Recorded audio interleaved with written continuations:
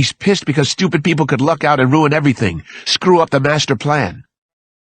I'd like to talk to him about it, I said.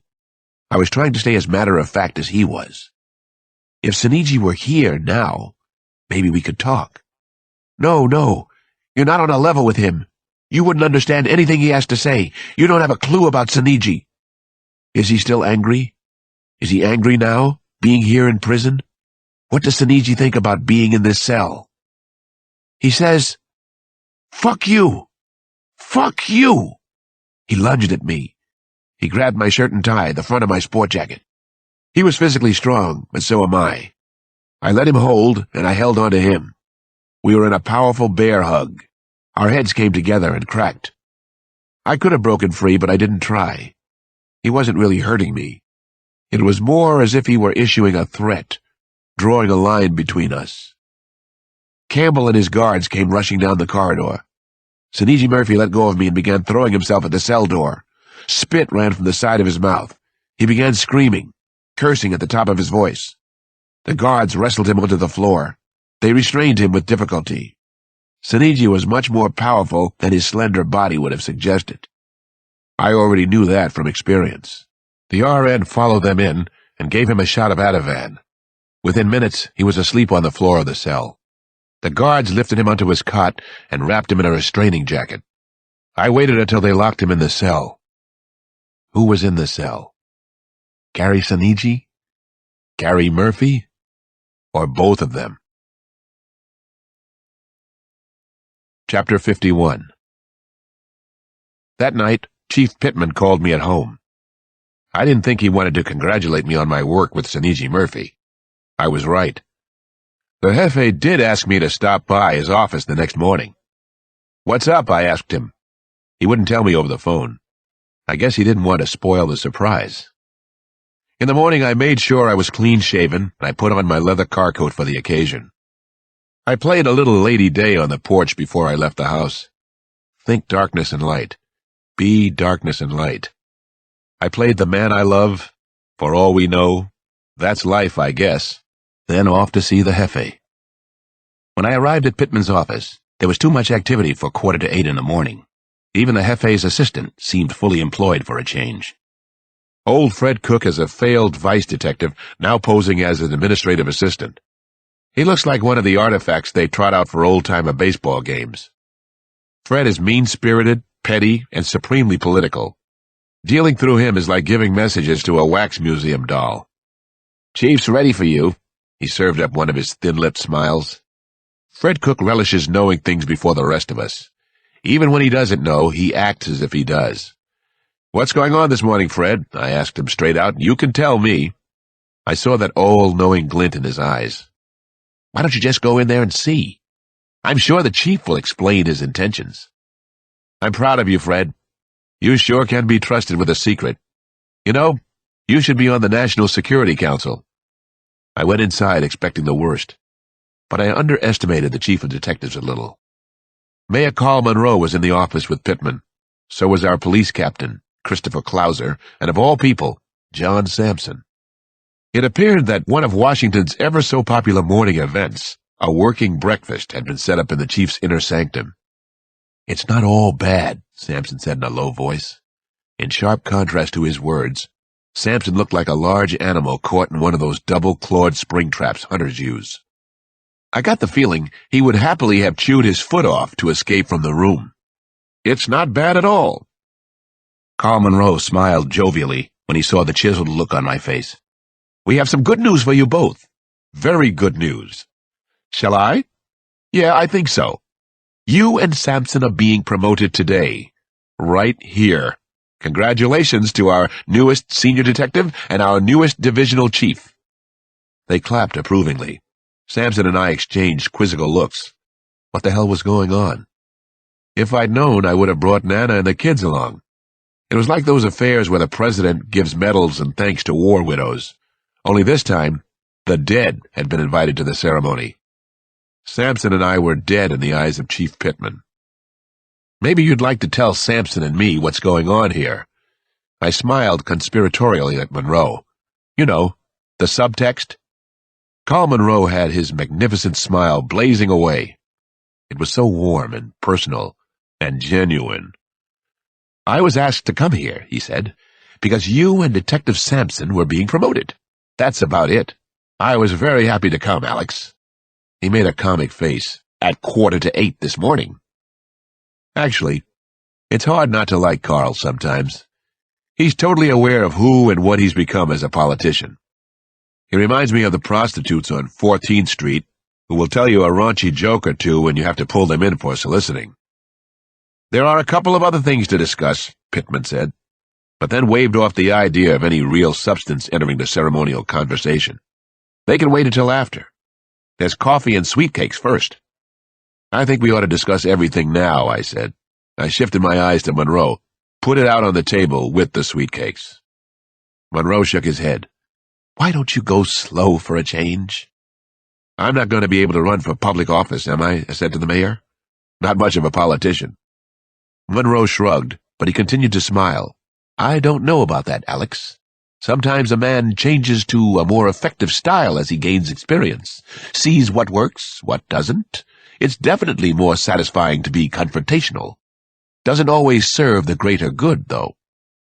"Is that what this is about? The greater good?" "That's the topic for this morning's breakfast?" Sampson asked the group. "I think so. Yes, I believe it is." Monroe nodded and bit into one of the sweet cakes. Chief Pittman poured coffee into an expensive china cup that was too small and delicate for his hand. It made me think of little watercress sandwiches. Rich people's lunches.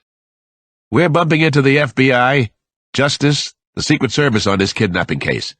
It's no good for anybody. We've decided to pull back completely. To take you off the case again," Pittman finally said. Bingo. The other shoe had dropped. The truth was out at our little working breakfast. All of a sudden, everybody in the office was talking at once. At least two of us were shouting. Neat party. "This is total bullshit," Sampson told the mayor to his face, "and you know it. You do know it, don't you?" "I've begun sessions with Sinigi Murphy," I said to Pittman and Monroe and Captain Clouser. "I hypnotized him yesterday. Jesus fucking Christ, no. Don't do this. Not now. We're aware of your progress with Gary Sinigi. We had to make a decision, and we've made it." "You want the truth, Alex?" Carl Monroe's voice suddenly rang out in the room. "You want to hear the truth about this?" I looked at him. "Always." Monroe stared right into my eyes. "A great deal of pressure has been used by the Attorney General on a lot of people in Washington. A huge trial will begin, I believe, within 6 weeks at the most. The Orient Express has already left the station, Alex. You're not on it. I'm not on it. It's gotten much bigger than either of us. Sinigi Murphy is on it. The prosecutor, the Justice Department, has decided to stop your sessions with Sinigi Murphy. A team of psychiatrists has been formally assigned to him. That's the way it will work from here on. That's the way it's going to be. This case has moved into a new phase, and our involvement won't be needed." Sampson and I walked out on our own party. Our involvement was no longer needed. Chapter 52. For the next week, I got home from work at a sane hour, usually between 6 and 6:30. No more 80 and 100-hour work weeks. Damon and Janelle couldn't have been happier if I'd been fired from the job outright. We rented Walt Disney and Teenage Mutant Ninja Turtles videos, listened to the 3-disc set Billie Holiday, The Legacy, 1933 to 1958, fell asleep on the couch together. All sorts of amazing good stuff. One afternoon, the kids and I visited Maria's gravesite. Neither Janny nor Damon had completely gotten over losing their mom. On the way out of the cemetery, I stopped at another grave, Mustaf Sanders's final place. I could still see his sad little eyes staring at me. The eyes were asking me, why? No answer yet, Mustaf, but I wasn't ready to give up. On a Saturday toward the end of summer, Sampson and I made the long drive to Princeton, New Jersey. Maggie Rose Dunn still hadn't been found. Neither had the $10 million ransom. We were rechecking everything on our own time. We talked to several neighbors of the Murphys. The Murphy family had all perished in a fire, but no one had suspected Gary. Gary Murphy had been a model student as far as everyone around Princeton knew. He'd graduated 4th in his class at the local high school, though he never seemed to study or compete.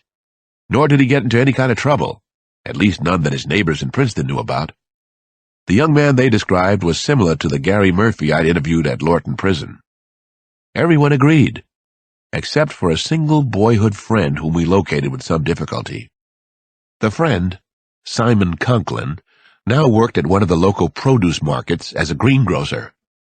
He lived alone, about 15 miles outside Princeton Village. The reason we went looking for him was that Missy Murphy had mentioned Conklin to me. The FBI had interviewed him and gotten little for their efforts. At first, Simon Conklin refused to talk to us, to any more cops. When we threatened to haul him down to Washington, he finally opened up a little. Gary always had everybody fooled, Conklin told us in the disheveled living room of his small house. He was a tall, unkempt man. He seemed frazzled, and his clothes were hopelessly mismatched. He was very smart, though. He'd been a national merit student, just like his friend Gary Murphy. Gary said the great ones always fooled everybody. Great ones in caps, you understand? Thus spake Gary. What did he mean, the great ones? I asked Conklin. I thought I could keep him talking, as long as I played to his ego. I could get what I needed out of Conklin. He called them the 99th percentile, Conklin confided to me. The creme de la creme. The best of the best. The world beaters, man. The best of what? Sampson wanted to know. I could tell he wasn't too fond of Simon Conklin. His shades were steaming up, but he was playing along, being the good listener so far. The best of the real psychos, Conklin said, and he smiled smugly. The ones who have always been out there and who will never, ever get caught. The ones who are too smart to get caught. They look down on everybody else. They show no pity, no mercy. They completely rule their own destinies. Gary Murphy was one of them, I asked. I knew that he wanted to talk now. About Gary, but also about himself. I sensed that Conklin considered himself in the 99th percentile. No, not according to Gary. He shook his head and kept a disturbing half-smile. According to Gary, he was a lot smarter than the 99th percentile. He always believed he was an original. The original. Called himself a freak of nature. Simon Conklin told us how he and Gary had lived on the same country road about 6 miles outside of town. They'd taken the school bus together. They'd been friends since they were 9 or 10. The road was the same one that led to the Lindbergh farmhouse in Hopewell. Simon Conklin told us that Gary Murphy had definitely paid his family back with the fire. He knew all about Gary's child abuse sufferings.